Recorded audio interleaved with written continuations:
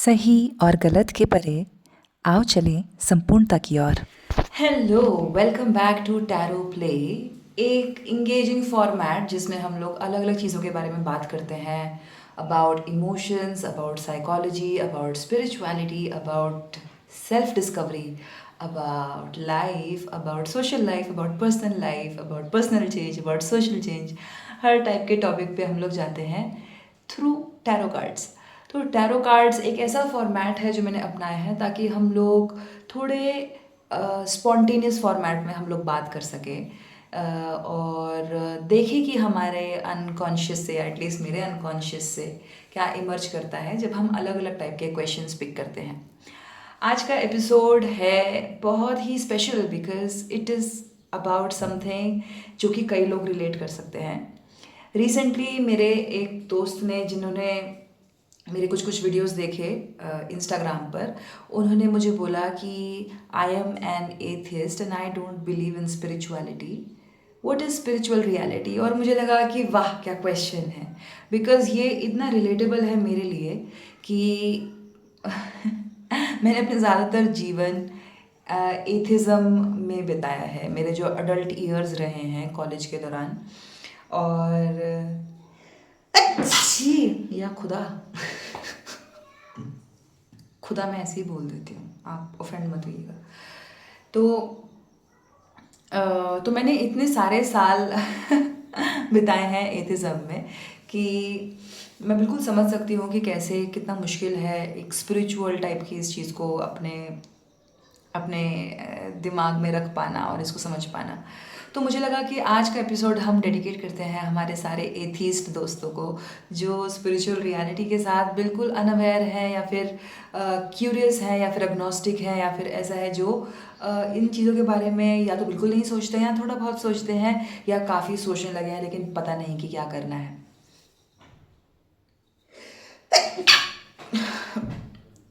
ये भगवान, मतलब अपने आप इतनी छींके आ रही है कि अपने आप मुंह से भगवान और खुदा और पता नहीं क्या क्या निकल रहा है। एथिस्ट। तो सो बेसिकली स्पिरिचुअल रियलिटी क्या है, तो मैं इस क्वेश्चन को भी कार्ड्स के थ्रू ही आंसर करूँगी आज। लेकिन थोड़ा सा मैं अपने बारे में बता दूँ कि एथिज़म और स्पिरिचुअलिटी, देखिए स्पिरिचुअलिटी क्या है, एथिज़म क्या है। एथिज़म एक तरीके से अगर बहुत बेसलाइन बोला जाए कि जो देख सकते हो वो है और जो नहीं देख सकते वो नहीं है ना। यानी जो आंखों की सेंसेस से या कानों की सेंसेस से आप पकड़ सकते हो, या टच के थ्रू, मतलब 5 सेंसेस से जो दिखता और समझ में आता है ये सब है। और बाहरी दुनिया में, ठीक है, तो और जो नहीं इन सब चीज़ों से एक्सेस हो सकता वो नहीं है, सिंपल है ना। इसी चीज़ को थोड़ा सा फ्लिप करती हूँ कि अगर आप इन्हीं सेंसेस के साथ इंगेज करो, जब आप अपने भीतर चले जाओ, आप बाहर की दुनिया छोड़ दो और आप सिर्फ इन्हीं सेंसेस को चाहे आप ले लीजिए, और जब आप इन्हीं सेंसेस की रियलिटी को एक अलग डायरेक्शन में आप इनको जब एक्सपीरियंस करेंगे, तो हो सकता है कि आप स्पिरिचुअल रियलिटी तक पहुंच जाए। क्योंकि मैं भी स्पिरिचुअल रियलिटी तक एग्जैक्टली ऐसे ही पहुंची थी, क्योंकि मैं जब मैंने विपासना किया, तो मैं विपासना एक ऐसी मेडिटेशन है जो एक्चुअली आपको अपनी सेंसेस में और डीपर और डीपर और डीपर और डीपर, आपकी बॉडी में क्या चल रहा है, आपके सेंसेस क्या पिक कर रहे हैं, उनमें लेके जाता है। तो जब मैं उसी प्रोसेस में गई तो मैंने रियलाइज़ किया कि एक अलग टाइप की एक दुनिया है जो हमारे अंदर बह रही है। तो वो दुनिया है कॉन्शियसनेस की, वो दुनिया है इमोशंस की, वो दुनिया है सेंसेशंस की।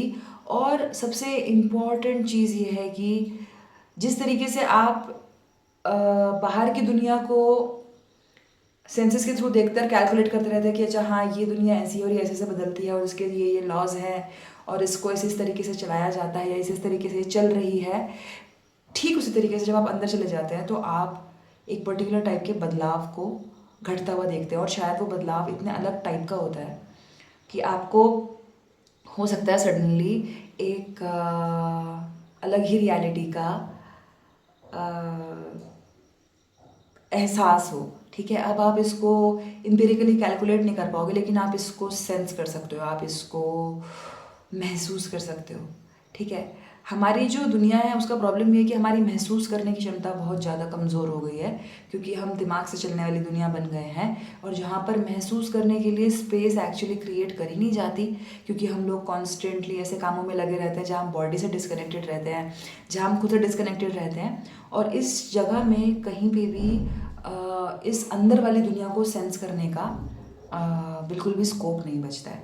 तो मैंने तो यही पाया कि जब इस दुनिया के अंदर, अपनी अंदर की दुनिया के अंदर एक तरीके से अपने सेंसेस के थ्रू अगर मैं चली जाऊँ, तो मुझे एक बहुत ही व्याप्त, एक बहुत ही एक्सपेंसिव जगह मिलती है। और वो एक्सपेंसिव जगह एक तरीके का एक वेव है, एक तरीके का एक कॉन्शियसनेस है, एक बहाव है, जिसके अंदर आप अपने आप को कई बार पा सकते हो और आपको लगता है कि ओ। और वो एक ऐसी चीज़ है जो कई बार हो सकता है सेकंड्स के अंदर आपका परसेप्शन शिफ्ट कर सकती है रियलिटी के बारे में। तो ये मेरा स्पिरिचुअल एक्सपीरियंस था, क्योंकि विपासना, आप जैसे कुछ लोग जानते होंगे कि आप कई घंटे उसमें बिताते हैं और सभी के अलग अलग एक्सपीरियंस होते हैं। और मैं खुद बोलूँ तो मेरा 2 विपासनाओं में अलग अलग एक्सपीरियंस रहा है। तो शोर बहुत आ रहा है बाहर से, एक ब्रेक लेती 1 मिनट। सो थोड़े से मैंने अरेंजमेंट्स चेंज किए रूम के अंदर ताकि हम कंटिन्यू कर सकें। और मुझे काफ़ी स्किन एलर्जी हो गई है। खैर, तो ये मेरा स्पिरिचुअल एक्सपीरियंस रहा है। और स्पिरिचुअल एक्सपीरियंस उसके बाद ये तो एक ही बता रही हूँ। इसके बाद बहुत सारे टाइम्स ऐसा हुआ है कि जहाँ पे मैंने बहुत सारी अलग अलग चीज़ें फील करी हैं, एक्सपीरियंस करी है, और ऐसा लगा है कि मतलब आपके अंदर की दुनिया सडनली ऐसा लगता है कि बाहर की दुनिया से एक अलग तरीके से अटैच हो गई है। और देयर इज़ एक रिदम है जिसमें आप हमेशा चलते रहते हैं, बहते रहते हैं। तो स्पिरिचुअलिटी बेसिकली मेरे ख्याल से है जब आप इस मटेरियल दुनिया के रियलिटी से एक फ्लिप नॉन फॉर्म, जैसे ये बॉटल है जिसको हम बोलेंगे कि हाँ इसका फॉर्म है, ये एक चीज़ है, लेकिन स्पिरिचुअलिटी है एक्चुअली उन चीज़ों के बारे में जिनकी फॉर्म नहीं है ऐसे स्पेसिफिक, जो हम ऐसे देख सकते हैं, लेकिन बहुत ही पर्सनल लेवल पे उसको अलग अलग तरीके से हम लोग उसका एहसास कर सकते हैं। ठीक है, तो this is what it is about, and I think I would like to start the reading now, because let's see. आज का क्वेश्चन जो मैं पूछ रही हूँ, और ये मेरे ख्याल से मेरे सारे के सारे ऐसे दोस्तों का क्वेश्चन हो सकता है जो थोड़े बहुत डाउटफुल है अबाउट स्पिरिचुअलिटी। लेकिन अगर आप एक्सपीरियंस करना चाहते हैं तो मैं तो एक सिंपल सा रास्ता जो मुझे समझ में आता है वो ये है कि आप अपनी बॉडी को धीरे धीरे वापस पाना शुरू करें, क्योंकि बॉडी की रियलिटी के अंत में कहीं ना कहीं स्पिरिचुअल रियलिटी आपको आपका इंतज़ार कर रही होती है। तो जितना हम बॉडी से भाग रहे होते हैं उतना एक लेवल पे हम लोग स्पिरिचुअलिटी से भी भाग रहे होते हैं। और इसी के साथ हम लोग शुरू करते हैं, बाकी देखते हैं क्या बात निकल के आएगी। सो आज का क्वेश्चन है, क्या है स्पिरिचुअलिटी? अपने आप एक कार्ड गिरा, इसको लेना पड़ेगा।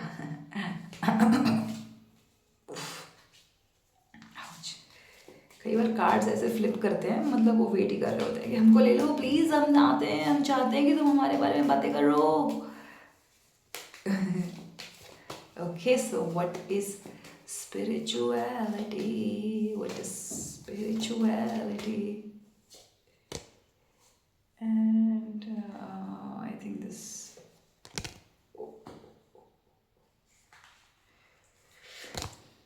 So I think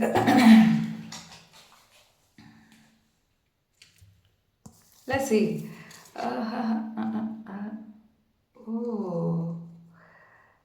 हाँ। सो ये कार्ड लोग पहले भी देख चुके हैं मेरे हाथ में। और ऑब्वियसली मैंने आपको बोला था ना कि जब आप मटेरियल के किसी भी अंत तक चले जाते हो तो आपका स्पिरिचुअलिटी वहाँ इंतज़ार कर रही होती है। तो मैं इसको एक तरीके से हाईएस्ट लेवल ऑफ, ये 10 ऑफ पेंटिकल्स है, ये मटीरियलिटी का हाईएस्ट लेवल ऑफ कार्ड होता है। तो ये वैसे मैं इस कार्ड को ऐसे देखती हूँ कि बाहर की दुनिया की मटेरियल चीज़ है, लेकिन एक बहुत इंपॉर्टेंट चीज़ जो कि मैं मटेरियल रियलिटी का पार्ट मानती हूँ और जो एक्चुअली एक बेसिकली सबसे इम्पोर्टेंट रास्ता है स्पिरिचुअलिटी के लिए, वो है बॉडी। तो मैं भी यही मानती हूँ कि ये जो 10 ऑफ पेंटिकल्स का कार्ड है, ये आपको आपकी बॉडी के जब आप अपनी बॉडी को मैक्सिमम लेवल पे आप एक्सप्लोर कर लेते हो, एक्सपीरियंस कर लेते हो, जान लेते हो, तो वहाँ पे आपको जो मिलता है वो स्पिरिचुअलिटी है। अब आप देखेंगे जो लोग आप कॉन्स्टेंटली, अब यहाँ पर ये टैरो प्ले आपको एक्चुअली कंफ्यूज करना शुरू कर सकता है, क्योंकि आप देखेंगे कई बार अलग अलग एपिसोड में अलग अलग कार्ड्स निकल के आएंगे और कई बार सेम कार्ड्स निकल के आएंगे और उनके मीनिंग्स चेंज होते जाएंगे।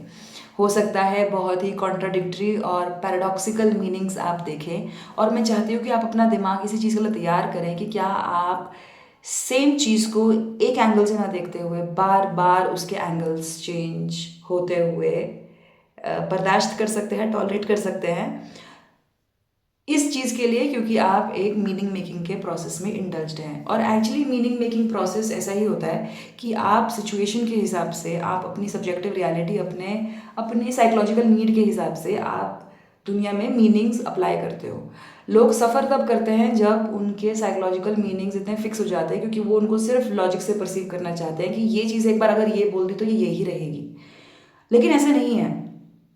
आप देखेंगे कि अगर आपकी जितनी फ्लेक्सिबिलिटी रहेगी आपकी मीनिंग मेकिंग में, जो आप टाइम के साथ शिफ्ट कर सकते हैं कि नहीं आज ये नहीं, आज इसको इस तरह से परसीव किया जा सकता है, उतना आप रियलिटी को सरवाइव करने के लिए ज़्यादा केपेबल बन जाते हैं।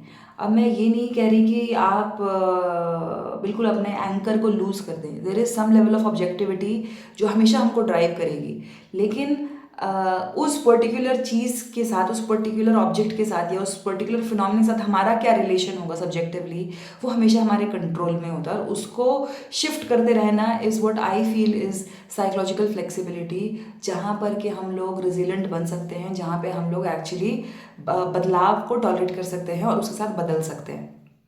ठीक है, तो ये वाला जो 10 ऑफ पेंटिकल कार्ड्स है, इसको मैंने, मुझे याद है पिछली बार मैंने इसको इस तरह से कहा था कि ये एक हाई लेवल कार्ड है जहाँ पे आप अपनी आउटर रियलिटी को मैक्सिमम पहुँच चुके हैं और अब आपको इनर जाना चाहिए। और आज की इस रीडिंग में मैं आपको बता रही हूँ कि ये कार्ड ऐसा है जो कि स्पिरिचुअलिटी के कॉन्टेक्स्ट में आपको ये बोल रहा है कि आप अपनी बॉडी रियलिटी के जब चरम पे पहुँच जाते हो, जब आप अपनी बॉडी रियलिटी को एकदम लास्ट एक्सटेंट तक एक्सप्लोर कर लेते हो, तो जहाँ जहाँ आप पहुँच जाते हो वो स्पिरिचुअलिटी है। और मैंने तो यही पाया है। मैंने कई बार देखा है कि लोग स्पिरिचुअलिटी को बुक्स के थ्रू पढ़ते हैं। हाँ, आप उसको समझ सकते हो, बिकॉज स्पिरिचुअलिटी अल्टीमेटली एक कॉन्सेप्ट है। ठीक है, तो वो सिर्फ एक एक्सपीरियंस करने लायक कॉन्सेप्ट नहीं है, वो एक थिंकिंग करने लायक कॉन्सेप्ट भी है। तो बहुत लोग उसको पढ़ सकते हैं और जान सकते हैं और उसको even at a thinking level experience कर सकते हैं कि कितना वास्ट हो सकता है सब कुछ। लेकिन उसके साथ साथ स्पिरिचुअलिटी को एक्सपीरियंस करना एक्चुअली है कि वो एक्सपेंसिवनेस जो है रियलिटी की, जो कि है कॉन्शियसनेस की, जिसको हम स्पिरिट बोलते हैं, जिसको हम यूनिवर्सल कॉन्शियसनेस बोलते हैं, उसको अगर आप एक तरीके से अपनी बॉडी में जितना आते रहोगे, आपकी आपकी बॉडी आपको सबसे ज़्यादा पर्सनल एक्सपीरियंस प्रोवाइड कर सकती है ऑफ स्पिरिचुअलिटी। अगले कार्ड की तरफ जाते हैं। I love tarot play. उफ, आज तो कार्ड्स बहुत ही अलग गेम खेल रहे हैं। So this is 5 of pentacles. Okay, तो स्पिरिचुअलिटी क्या है, व्हाट इज स्पिरिचुअलिटी? आप देखेंगे ये कार्ड है सफरिंग का। आप मतलब आप देखिए इसमें बहुत ही मतलब हर टाइप की सफरिंग है इसमें। इलनेस है, इसमें गरीबी है, इसमें बहुत ही अनफेवरेबल कंडीशंस हैं व्यक्ति के लिए। ठीक है, और लेकिन जिसे जो ट्रेडिशनली हम बोलते हैं, जैसे हम बोलते हैं कि ये जो पीछे की खिड़की है ना, इसमें ये एक तरीके का एक चर्च का विंडो है या फिर एक किसी वर्शिपिंग प्लेस का विंडो है, बहुत क्लियर नहीं, बट मैं इस कार्ड को भी ऐसे ही रीड करती हूँ कि एक्चुअली बॉडी की रियलिटी हाईएस्ट जब होती है, वहाँ पे आपको स्पिरिचुअलिटी मिल सकती है। और सफरिंग के डेप्थ्स में, जब आप मटीरियल लेवल पे बहुत ज़्यादा सफ़र कर रहे हो, वहाँ पे भी आपको स्पिरिचुअलिटी मिल सकती है। कहीं क्योंकि जब हाईएस्ट लेवल ऑफ सफरिंग होती है, वहाँ पे आप जब पहुँचते हो तो आप उसको रेजिस्ट करते रहते हो, आप उसको फाइट करते रहते हो, आप उसको चाहते हो कि ये ना हो, और वही पॉइंट पे एक पॉइंट आता है जो होता है सरेंडर, जो होता है एक्सेप्टेंस। और एक्सेप्टेंस और सरेंडर रास्ता खोलता है स्पिरिचुअलिटी को एक्सपीरियंस करने के लिए। क्योंकि अगर मैं बोलूँ तो मेरे इनिशियल स्पिरिचुअल एक्सपीरियंसेस भी हुए थे जब मैं बहुत पीक लेवल एनजाइटीज़ में जाया करती थी, जब मुझे बहुत ज़्यादा एनजाइटी हो रही थी और मतलब मेरे लिए बहुत ज़्यादा रेस्टलेसनेस क्रिएट, तो उस रेस्टलेसनेस को मैं बार बार फिगर आउट करने का कोशिश करती रहती कि इसको कैसे मतलब मैं इसको कैसे रेजिस्ट करूँ। लेकिन एक पॉइंट था जहाँ पे आई लेजिट गिव इन। मतलब मेरे ख्याल से मेरे लिए एक बहुत ही बड़ा मेंटल शिफ्ट जो हुआ, जिसने आगे मेरे लिए स्पिरिचुअलिटी के रास्ते खोले। देखिए, आपका दिमाग आपको बहुत बार रोकेगा स्पिरिचुअलिटी के रास्ते पे जाने से, बिकॉज आपके दिमाग में इतने सारे साइकोलॉजिकल डिफेंसेस हैं कि आप बहुत टाइम तक आप एक्सेप्टेंस से भागेंगे। ठीक है, तो acceptance I think is a place where finally आप हर चीज़ को मानते हो कि आपकी लाइफ में क्या हो रहा है, आप कहाँ पे हो, आप कौन हो एक्चुअली, है ना। तो जैसे कई बार हमारा अपने बारे में आइडिया बना होता है कि मैं तो बहुत ब्रेव हूँ, मेरे को डर नहीं लगता, लेकिन फिर आप ऐसे मूवमेंट्स में आते हो बार बार जहाँ को डर लगता है, फिर आपको एक्नॉलेज करना पड़ता है कि आपको डर लग रहा है। तो एक तरीके से वल्नरेबिलिटी भी मेरे ख्याल से एक बहुत कोर रास्ता है स्पिरिचुअलिटी की तरफ, है ना। और I am just amazed by the cards. तो ये suffering I think her type की जो सफरिंग होती है उसके एंड एक्सटेंट पे स्पिरिचुअलिटी आपका वेट करती है, जहाँ पे आप सरेंडर करते हो सिचुएशन को, जहाँ पे तो मतलब कई बार हम सोचते हैं कि सिचुएशन को फाइट करने वाला व्यक्ति ही ब्रेव होता है, लेकिन आई थिंक एक अलग टाइप की ब्रेवरी रिक्वायर्ड होती है जब आपको सरेंडर करना पड़ता है। और सरेंडर करने के लिए एक्चुअली आपको अपने बियॉन्ड की फोर्सेस पे रिलाई करना पड़ता है कि आप मान लेते हो कि मेरे हाथ में नहीं है। और जब आप टोटली मान लेते हो कि आपके हाथ में कुछ नहीं है, तब कई बार एक प्रेजेंस आपको फील होती है, जब आपको रियलाइज होता है कि किसी और का हाथ भी है वहाँ जो आपका नहीं है, लेकिन आपसे एक बड़ी फोर्स है जिसका हाथ आपको थाम रहा है, या आपसे मिल रहा है, या आपसे कम्युनिकेट कर रहा है। तो आई थिंक सफरिंग एक्चुअली एक बहुत ही पिवटल, एक बहुत ही इम्पॉर्टेंट रास्ता है towards spirituality. I am just loving this, how the cards just bring what requires to be said. ठीक है, और पता है ये कार्ड ऐसा है जिसमें एक्चुअली लोग हमेशा घबराते हैं। आप टैरो रीडिंग्स देखेंगे तो लोग बोलेंगे आप बहुत गरीबी है, बहुत बहुत दिक्कत है, आप इससे निकलो, आपके बुरे दिन जाने वाले हैं। लेकिन कोई भी नहीं देखता है कि ये एक्चुअली पीक पॉइंट है of being able to actually find something very drastically different in yourself। ये आपको एक्चुअली बदलाव का एक बहुत ही बढ़िया मौका देता है। और पता है ये भी मैंने देखा है कि इंसान जितना बदल सकता है ना अपने आप को, जितना फ्लेक्सिबिलिटी से वो अपने आप को बदलना शुरू कर देता है, अपने आप को बदलता देखता है या बदलता महसूस करता है, उतना भी डिपेंड करता है कि वो उसके लिए स्पिरिचुअल एक्सपीरियंसेस कैसे होते हैं। Because spirituality actually requires you to go beyond yourself. ठीक है, स्पिरिचुअलिटी के लिए आपको अपने बियॉन्ड जाना जरूरी होगा, और आप अपने बियॉन्ड तभी जा सकते हो जब आपकी अपने बारे में जो फिक्स्ड आइडियाज़ हैं वो थोड़े फ्लेक्सिबल हो जाए, फिर आप उससे थोड़ा डिटैच हो सकते हो। जब आप उससे डिटैच होते हो तब जाके आप कुछ बियॉन्ड किसी चीज़ में जा सकते हो। अदरवाइज आप अपनी ही स्टोरी में गुम रहते हो, आप उसी को जीते रहते हो, उसी को इंटरोगेट करते रहते हो, उसी के अंदर आप फाइट मारते रहते हो, है ना। तो यही होता है, आप देखेंगे 5 ऑफ पेंटिकल एक ऐसी चीज़ है जहाँ पे आप रेजिस्ट करते रहेंगे करते रहेंगे करते रहेंगे, लेकिन एक पॉइंट आएगा जहाँ पे सरेंडर है। अगर सरेंडर कर दिया, और सरेंडर यूजुअली आपको करना पड़ता है अनसर्टनिटी को, आपको अननोन को सरेंडर करना पड़ता है, और वहाँ पे एक्चुअली स्पिरिचुअलिटी का रास्ता खुल सकता है। और एटलीस्ट मेरी लाइफ में तो एक्चुअली वहाँ खुला जहाँ पे मैंने एक्सेप्टेंस और सरेंडर की तरफ मूव किया है। एक्चुअली एक पॉइंट था जब तक मुझे ना ये सारे quotes ego is the last destination of सोरो कभी स्कूल में एक बोर्ड के ऊपर लिखा करते थे जब मैडम बोलती थी कि थॉट ऑफ द डे लिखो, लेकिन कभी समझ में नहीं आता था कि इसका मतलब क्या है. It is only in my spiritual journey that I have actually understood कि भाई क्यों बोलते हैं कि ego is the last journey of सोरो. ठीक है, तो वो एक टाइम था जहाँ पे मेरी स्पिरिचुअलिटी में भी जब मेरे को मेरा स्पिरिचुअल प्रोसेस हुआ, वहाँ पे मुझे बुद्ध के आइडिया सडनली बहुत सेंस मेक करने लगे, जबकि बहुत ही सिंपलिस्टिक लगते थे, लेकिन सिंपलिस्टिक से सिंपलिस्टिक चीज़ इतनी पावरफुल और इतनी मीनिंगफुल है, वो मुझे इस एक्सेप्टेंस और सरेंडर के रास्ते पे ही समझ में आया. Last card, let's see what is spirituality.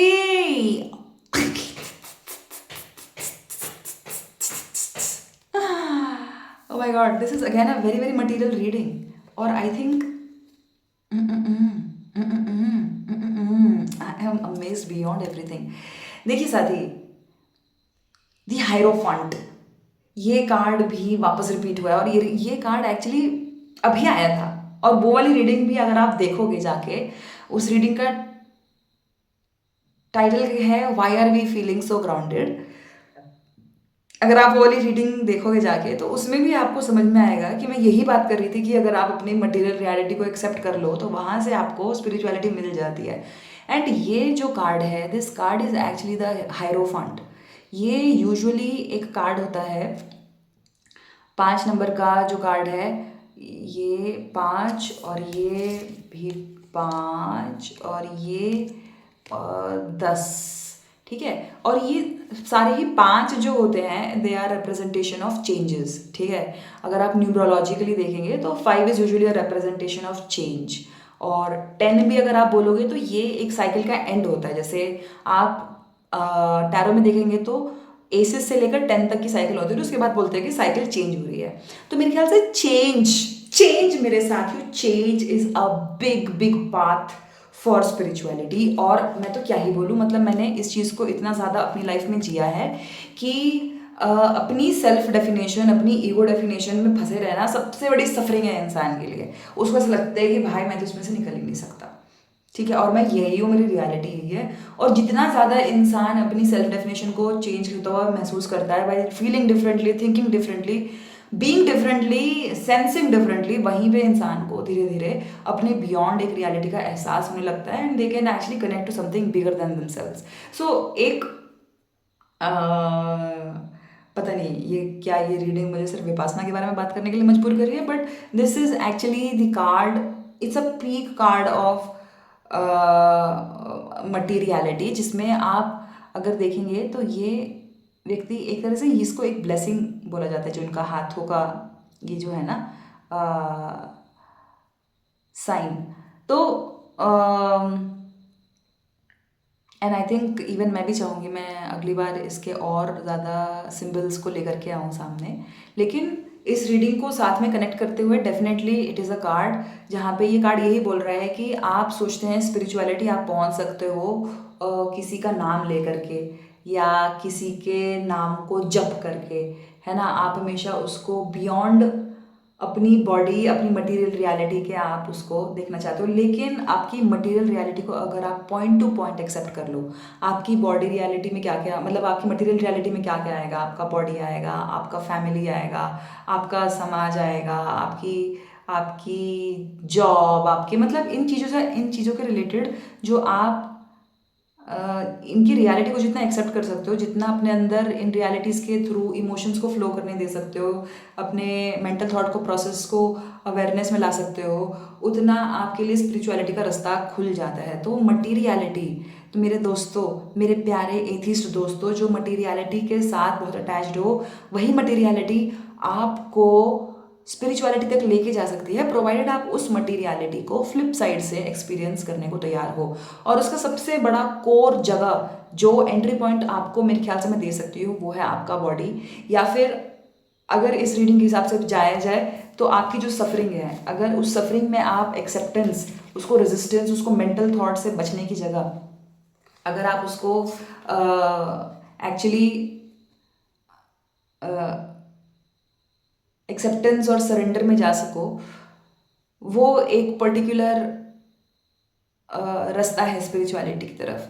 और ये जो 10 टेन ऑफ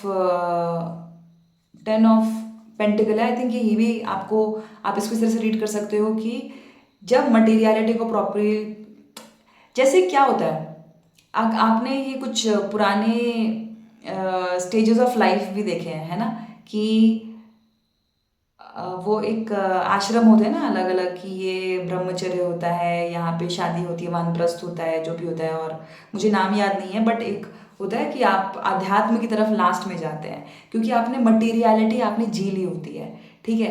तो अध्यात्म लास्ट में मटीरियलिटी के बाद क्यों आता है, क्योंकि आपको सब कुछ जी करके स्पिरिचुअलिटी का पीक या स्पिरिचुअलिटी की तरफ एंट्री आपको तब मिलती है जब आप मटेरियलिटी को जी चुके हो। जीना मतलब कंप्लीशन नहीं है, जीने का मतलब कंप्लीशन नहीं, जीने का मतलब ये है कि आप उसको पूर्ण तरीके से एक्सेप्ट कर चुके हो। आपकी मटेरियल रियलिटी में जो आ रहा है आप उसको जी रहे हो, जो भी डिफिकल्टीज आ रही हैं, जो भी घट रहा है, ठीक है, उसको आप जब पूरी तरह से जीते हो और उसमें सरेंडर होते जाते हो और उसके थ्रू आप अपने आप को बदलाव होने देने देते हो, वो आपको स्पिरिचुअलिटी की तरफ लेके जाता है, ठीक है। और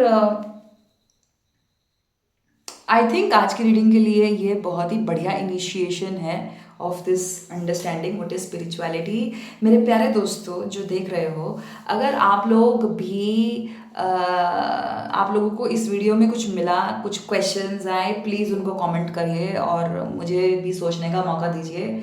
अगर व्यूअर्स मुझे कुछ क्वेश्चन डालेंगे तो बहुत ही मज़े आने वाले हैं कि कार्ड्स हमको क्या बताएंगे उसके बारे में।